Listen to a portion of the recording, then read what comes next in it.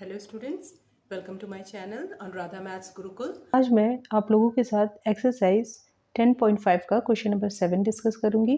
तो देखते हैं कि क्वेश्चन नंबर 7 में क्या करना है। If diagonals of a cyclic quadrilateral are diameters of a circle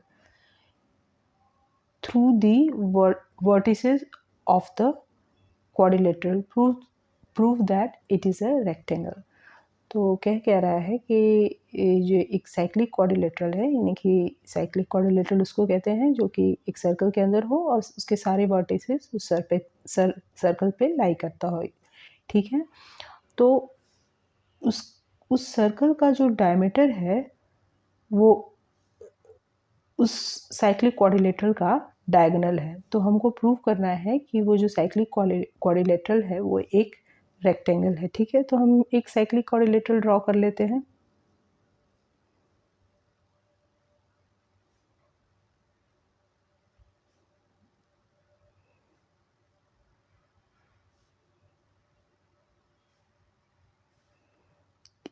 ये जो साइक्लिक क्वाड्रिलेटरल है इसी को प्रूव करना है कि ये एक रेक्टेंगल है। और इसमें और क्या इन्फॉर्मेशन दिया गया है कि इसका जो डायगोनल्स है, यानी कि इन दोनों को ज्वाइन कर दिया अपोजिट वर्टिसेस को, तो ये एक डायगोनल हो गया और दूसरा ये डायगोनल हो गया। ये दोनों जो है इस सर्कल का डायमीटर है। ठीक है, तो अब हमको कैसे प्रूव करेंगे कि ये रेक्टेंगल है। तो आप देखो कि अगर कोई भी सर्कल है तो उसका जो डायमीटर है उसको दो इक्वल पार्ट्स में डिवाइड करता है, दो सेमी सर्कल्स में, है ना। तो उसी तरह से यहाँ पे ये एक डायगोनल, ये भी डायमीटर है, तो इसको भी ये दो दो पार्ट्स में डिवाइड कर रहा है उसी तरह से, दो सेमी सर्कल में। उसी तरह से ये डी जो है वो भी इसको डिवाइड कर रहा है दो इक्वल पार्ट्स में। ठीक है, तो डायमीटर जो है वो सर्कल को सेमी सर्कल्स में डिवाइड कर रहा है। तो यहाँ पे अगर हम लेते हैं पहला जो डायमीटर है हमारा AC, सबसे पहले तो लिख लेते हैं diameter divides the circle into semi circle. ठीक है,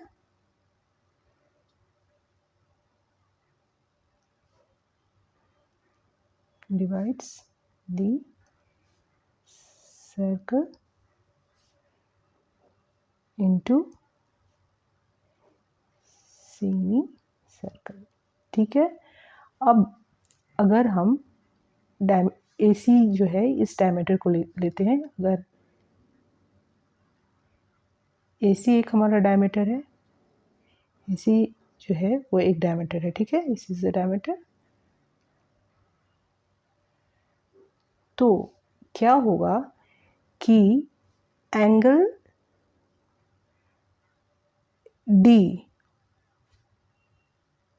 D जो है वो हमारा क्या हो जाएगा, 90 डिग्री। क्यों? क्योंकि जो सेमी सर्कल होता है वहाँ पे कोई सा भी जो एंगल है वो 90 डिग्री बनाता है। ठीक है, ये जो AC अगर ये डायमीटर को हम लेते हैं तो ये एक तरह से कॉर्ड की तरह किया, तो इसके जो यहाँ पे सेमी सर्कल में ऊपर में जो भी एंगल बनेगा वो 90 डिग्री का होगा। और फिर दूसरे सेमी सर्कल में जो भी एंगल बनेगा वो भी 90 डिग्री का होगा, यानी कि एंगल B भी हो जाएगा 90 डिग्री का। ठीक है, तो इसका रीज़न क्या लिख लेंगे, angle in semi circular right angle, angle in semi circle are right angle. ठीक है, उसी तरह से अगर हम डायमीटर DB को लेंगे, जो ये जो दूसरा डायगोनल है वो इसका डायमीटर ही तो है ना। तो अगर हम DB भी यहाँ पे एक डायमीटर है, diameter DB is a diameter है। ठीक है, तो ये भी इस सर्कल को दो सेमी सर्कल में डिवाइड करेगा। DB का ये जो पार्ट है ये एक सेमी सर्कल हो जाएगा, नीचे वाला ये एक सेमी सर्कल हो जाएगा।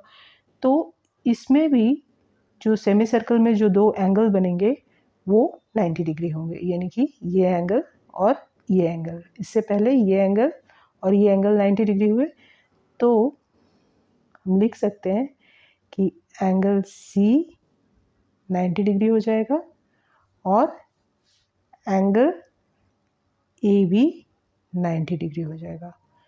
तो अब हम देख रहे हैं कि ये जो साइक्लिक क्वाड्रिलेटरल है, इसके जो सारे एंगल्स है वो 90 डिग्री हो गया। तो किसी भी क्वाड्रिलेटरल को रेक्टेंगल प्रूफ करने के लिए उसके अगर सारे एंगल्स इक्वल हो गए तो वो एक रेक्टेंगल तो हो जाएगा, ठीक है ना। तो हम लिख सकते हैं since angle A is equal to angle B is equal to angle C is equal to angle D is equal to 90 degree. तो A B C D is a rectangle. Therefore, ABCD is a rectangle. ठीक है, यहाँ पे जगह नहीं है इसलिए ढंग से लिखाया नहीं है, आप लिख लेना। Since angle A is equal to angle B is equal to angle C is equal to angle D is equal to 90 degree, तो therefore ABCD is a rectangle। ठीक है, लगा तो प्लीज़ लाइक करें, शेयर करें और सब्सक्राइब करें।